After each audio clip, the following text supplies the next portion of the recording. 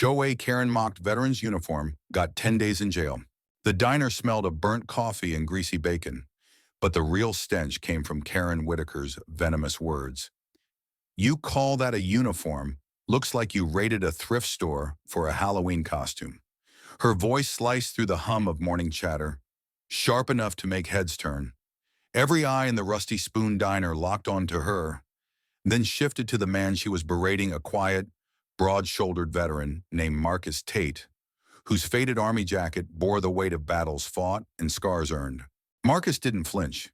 His weathered face, etched with lines from years in the desert sun, stayed calm as he stirred his coffee. He'd heard worse in war zones, but this was different. Karen wasn't just loud, she was relentless. She stood over his booth, her manicured nails tapping the table like a predator circling prey. "You're no hero," she spat, loud enough for the whole diner to hear. "Probably just some wannabe playing dress-up to scam free meals." The accusation hung heavy, and the air in the diner thickened with tension. A waitress froze mid-pour, coffee spilling onto the counter. A trucker at the bar clenched his fist. Marcus, though, just sipped his coffee, his silence louder than her screech. Karen was the self-appointed queen of the Willow Creek HOA, a gated community where she ruled with an iron fist and a clipboard. She'd moved to this small Virginia town 2 years ago, a transplant from the city who saw herself as the arbiter of standards. Her reign of terror included fining neighbors for untrimmed hedges, reporting suspicious delivery drivers, and once calling the cops on a kid for skateboarding. But today, she'd picked a fight in public, and Marcus, a man who'd survived ambushes in Fallujah, was her target. It started innocently enough.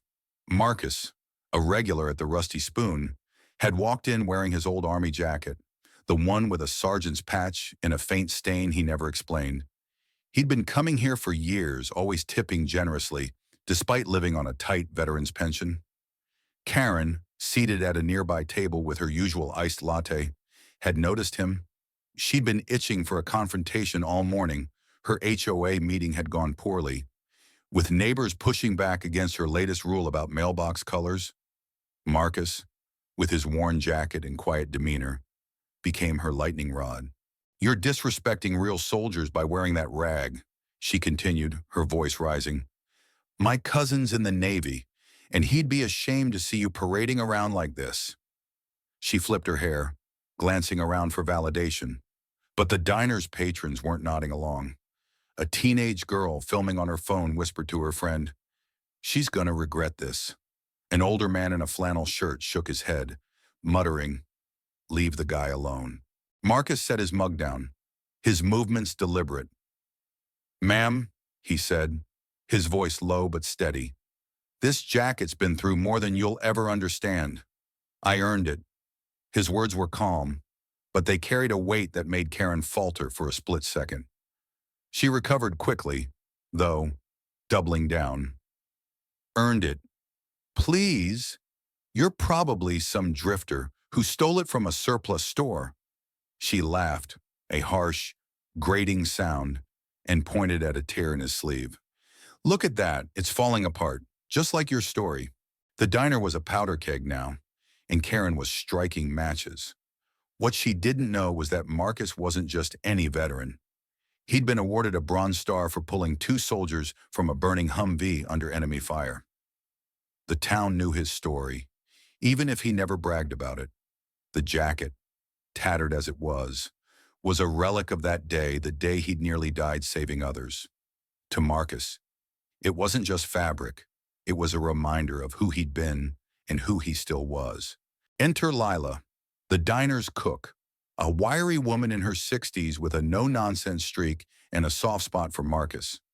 She'd been listening from the kitchen, her spatula frozen mid-flip as Karen's tirade echoed through the pass-through window. Lila had her own history with Karen last summer.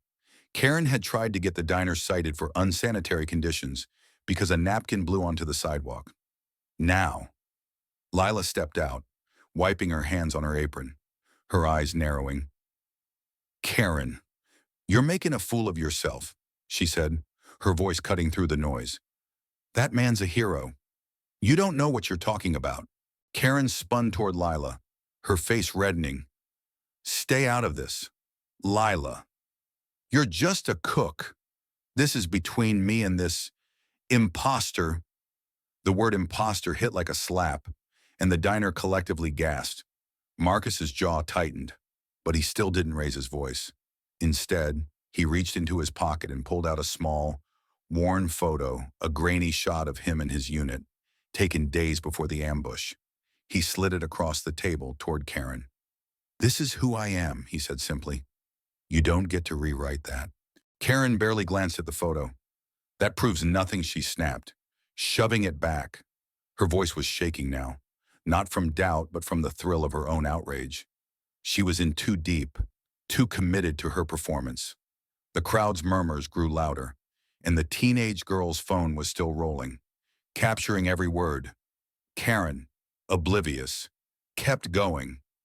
You're a disgrace, I'm calling the police. Stolen valor is a crime. That's when the twist came. A man in a sheriff's uniform stepped through the diner's door, his boots heavy on the linoleum. Deputy Carl Hayes, a local who'd known Marcus since high school, had been grabbing coffee across the street when a patron texted him about the scene. Carl wasn't just any deputy, he'd served in the same unit as Marcus, a fact Karen couldn't have known. His presence shifted the room's energy like a storm rolling in. What's going on here, he asked, his voice calm but commanding.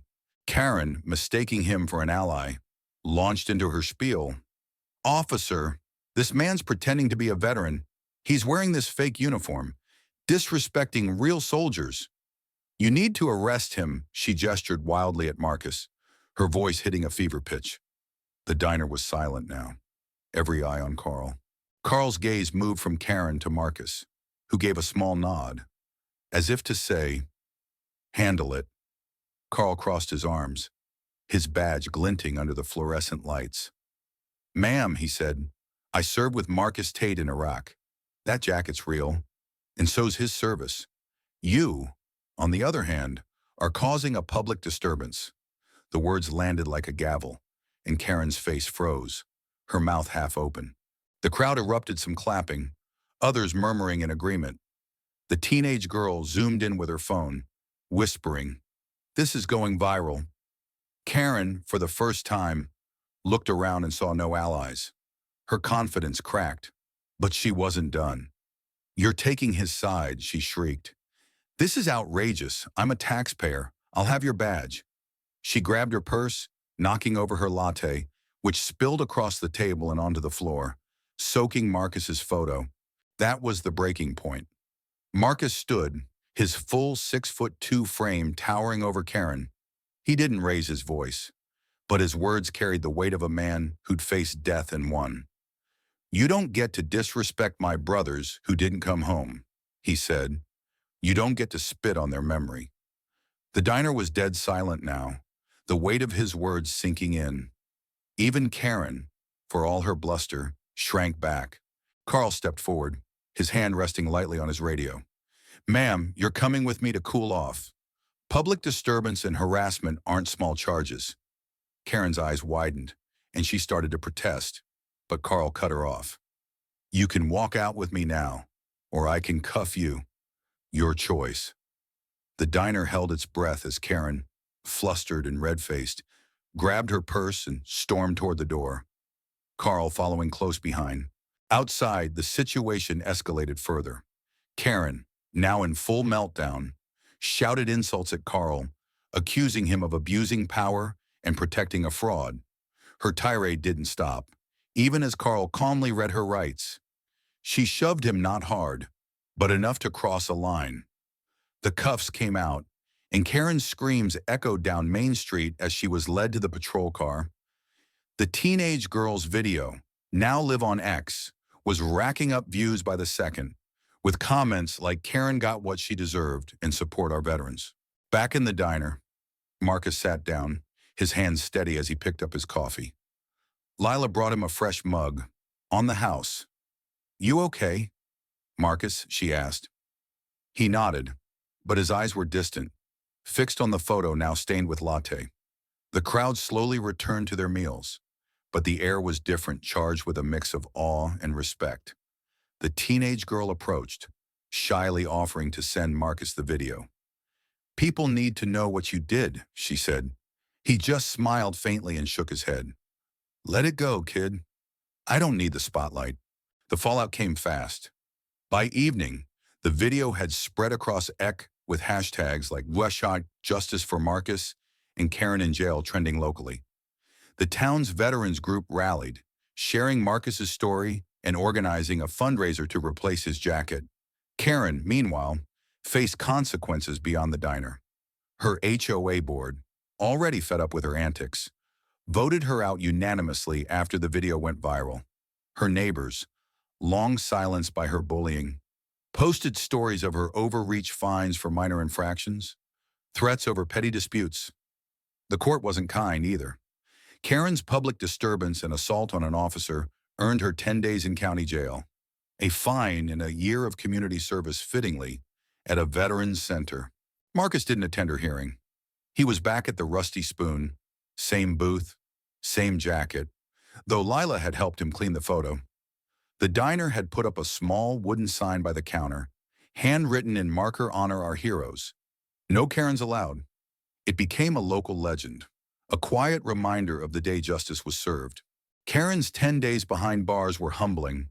Stripped of her HOA throne, her reputation in tatters, she emerged quieter, her usual bravado gone. Some said she'd learned her lesson, others weren't so sure. But in Willow Creek, the story of Marcus and Karen became a cautionary tale. Don't mess with a veteran's honor, or you'll face the consequences. What do you think? Was Karen's punishment fair? Or did she deserve more? Share your thoughts below.